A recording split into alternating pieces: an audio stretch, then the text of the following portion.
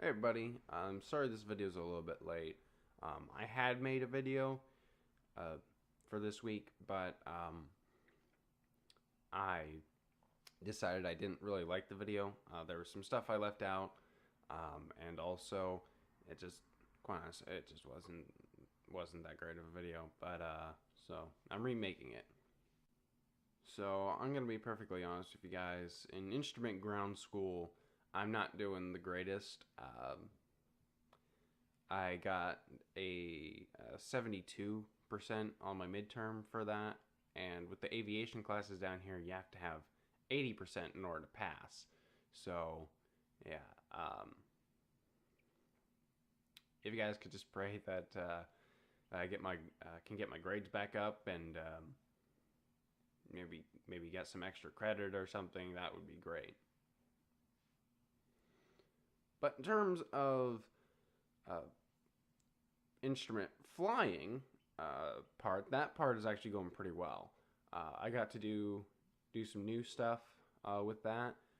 I got to do an instrument takeoff, which is basically when you're taking off, you look down the runway until you reach your rollout speed, which is just the speed you pull the yoke back uh, to get the nose off the ground. But basically, once you reach that and you pull the nose back, you look down, and you look at your instruments, and you don't look outside. You look just at the instruments. And then we got to do some VOR tracking.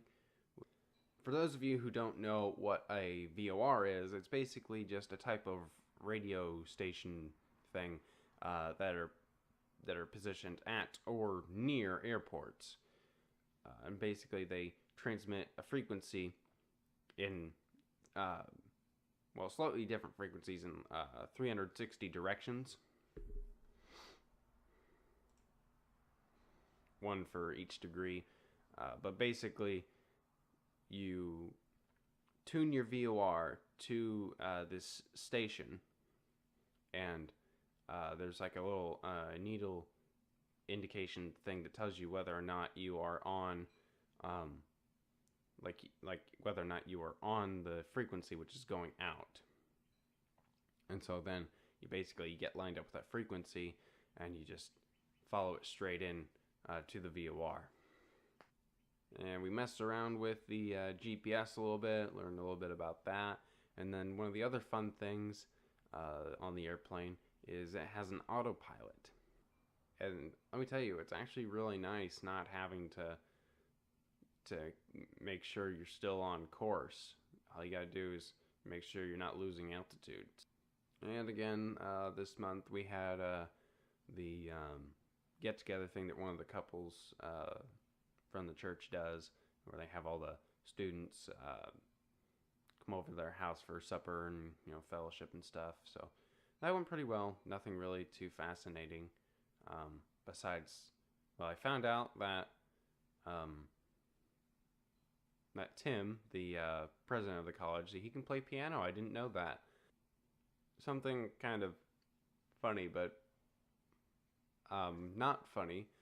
I was supposed to have class today, but we walked into the classroom, and basically our teacher couldn't be there, so the pastor was substituting for him. But anyway, we walk into the classroom, and we see on the board written, "I have acute laryngitis, so I'll have to cancel class today." And so we were just kind of like, "Oh, haha, that's funny. That's a good joke." And he's like,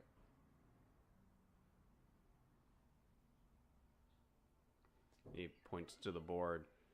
We're just like, "Oh, oh, gee, I'm sorry." So yeah, didn't have class today, which I guess just gives me more time to work on other class stuff. So something kind of frustrating that was going on, I think yesterday. I have to write a paper about a certain character in the Bible, and anyway, I like found a video on YouTube which like give you the condensed version of the book, And so then I was like, okay, I got like a basic understanding of what's going on. So like now I'm gonna read the actual story and get a more in depth detail for the paper and stuff.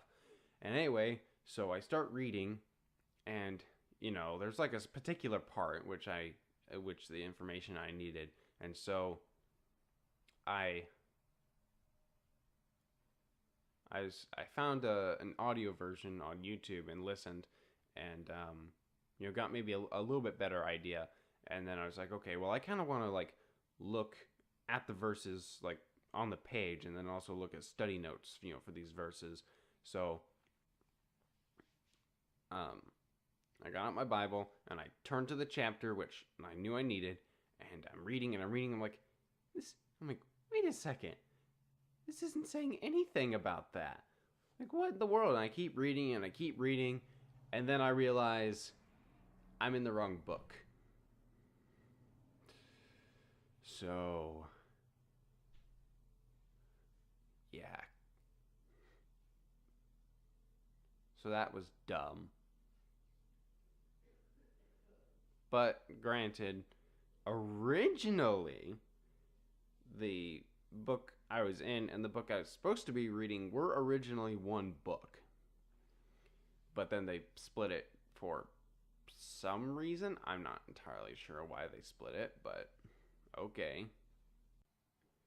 And for anyone who's wondering, for whatever reason, if you want to know, or if you knew anything about this, I have not done anything with my mealworm farm. I haven't found a pet shop. And to be honest, I don't know. I feel like it might be a little too late to start this. I had planned to start it in the first month I was here, but now I don't know if I really want to start it just yet, because I'm going home for a week in March, and so I don't know. There'd be nobody here to take care of the mealworms. I mean, I'm pretty sure I would probably just like the week,